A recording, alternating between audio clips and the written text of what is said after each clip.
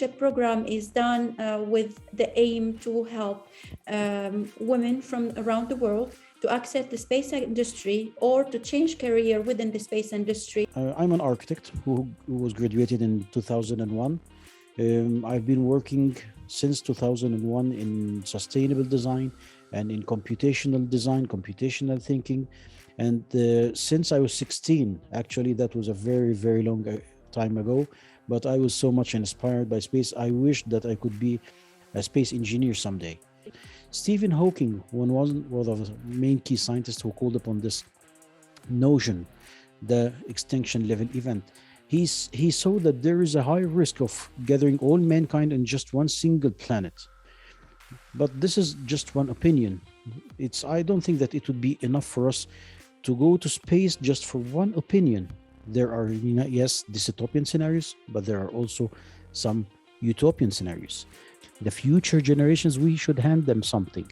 So I'm not just designing for today or for the 60 or 50 years coming. No, I'm just trying to leave some legacy for the 500 years to come or for the thousands of years to come.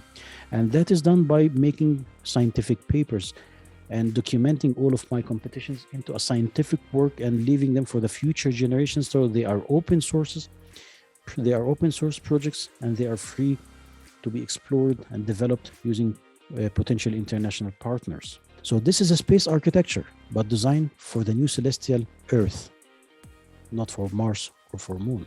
And I appreciate you so much for that. And this is what the ecosystem I'm trying to form around and bring the other ecosystem in order to make like a kind of a cross-fertilization, because that's how civilization move forward. So we have to develop and learn space technology. This is my vision. Why? Because we will need it even someday on Earth.